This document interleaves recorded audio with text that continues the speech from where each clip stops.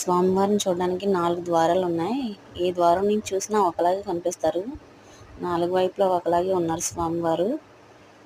ఒకవైపు నుంచి మాత్రం దర్శనాలు వదులుతున్నారనమాట.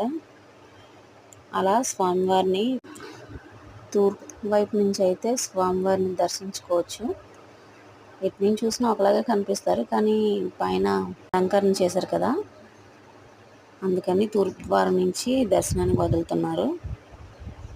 స్వామివారిని దర్శించుకోండి అందరూ. మీకు నా కోరికతో పాటు మీ కోరికలు కూడా తీరాలని మనసారా స్వామివారిని, మహాకాళేశ్వర స్వామివారిని కోరుకుంటున్నాను. మా వీడియోస్ని సబ్స్క్రైబ్ చేసుకోండి ఫ్రెండ్స్. షేర్ చేయండి, లైక్ చేయండి. Please subscribe brothers and sisters. మా చిన్న యూట్యూబ్ ఛానల్ని సపోర్ట్ చేయండి. Bye friends.